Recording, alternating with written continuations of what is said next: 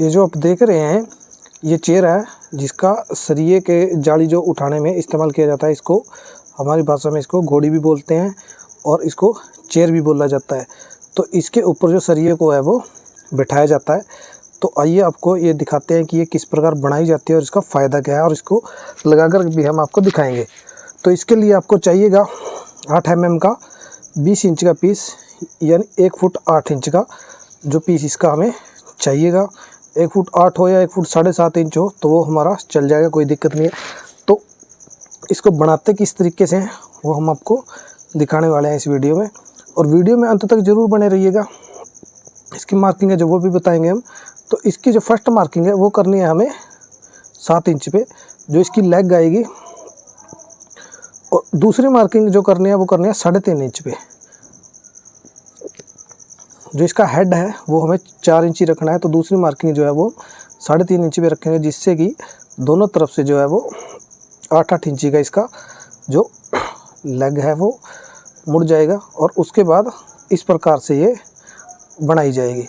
तो इसके जो लेग हैं, टोटल लेग हैं जो, और इसकी जो हाइट है वो 3 इंची हमें रखनी है, और इसके जो हेड है वो 4 इंची, और इसके जो लेग हैं वो 6-6 इंची हमारे होने चाहिए, ताकि जब हम इसको अप्लाई करें तो इसके लंबे पैर होने की वजह से जो ये जाल के वजन में नीचे ना गिरे। अगर इसके पैर छोटे होंगे तो ये नीचे की तरफ गिर जाएगी, जिससे कि इसका कोई बेनिफिट नहीं होने वाला।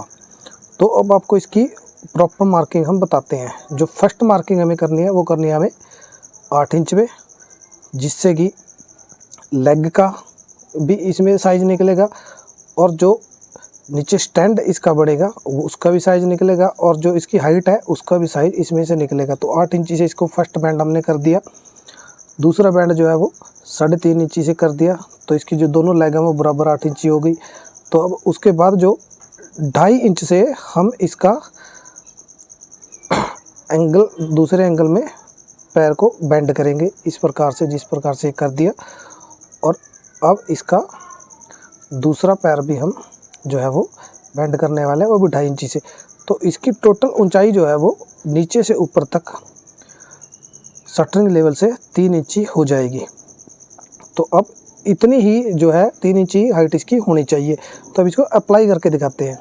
तो कुछ लोग क्या करते हैं, वो जाल में इस प्रकार से जो शटरिंग है उसके ऊपर इसको इस प्रकार से टिका देते हैं, जिस प्रकार से यहाँ पे टिकी हुई है। तो ये जो तरीका है ये है गलत। तो इसको इस तरीके से लगाने से होता क्या है कि जब हम 25 mm का ब्लॉक, कवर ब्लॉक जो हम नीचे वाली जाली के नीचे देंगे, तो जो नीचे वाली जाली है वो ऊपर वाली जाली के साथ जो है वो मिल जाएगी, जिससे कि जो चेयर हम लगा रहे हैं उसका कोई फ़ायदा नहीं होगा। चेयर हमें लगानी चाहिए नीचे वाला सरिया और एक ऊपर वाला सरिया, इन दोनों के बीच में क्रैंक खींचने के बाद जो दोनों के बीच में स्पेस रहता है, तो उसके बीच में हमें इस प्रकार से ये लगानी है, ताकि जो है नीचे वाले जाल का और ऊपर वाले जो क्रैंक वाले जाल का है जो डिस्टेंस सब वो मेंटेन रहे, और जो इसकी कुल लगाने का जो हमारा जो ज़रूरत है वो भी हमारी प्रॉपर तरीके से पूरी हो। तो अब ये लगी है, ये भी गलत लगी है। तो अब जैसे इसको उठाएंगे, नीचे से ब्लॉक देंगे, तो ये एक साथ इकट्ठा हो जाएगा, जिससे कि क्रैंक डालने का कोई फ़ायदा नहीं होगा। अगर हम जाल में क्रैंक डाल रहे हैं तो और उसके अंदर हमें चेयर या घोड़ी ये लगानी है, तो उसे हमें इस तरीके से प्रोवाइड करना है, ताकि जो ऊपर वाला जाल है और जो नीचे वाला जाल है उसका जो डिस्टेंस है वो प्रॉपर मेंटेन रहे। उम्मीद है दोस्तों आपको वीडियो अच्छी लगी होगी। तो वीडियो को एक लाइक ज़रूर करना और हमारे चैनल को सब्सक्राइब ज़रूर करना।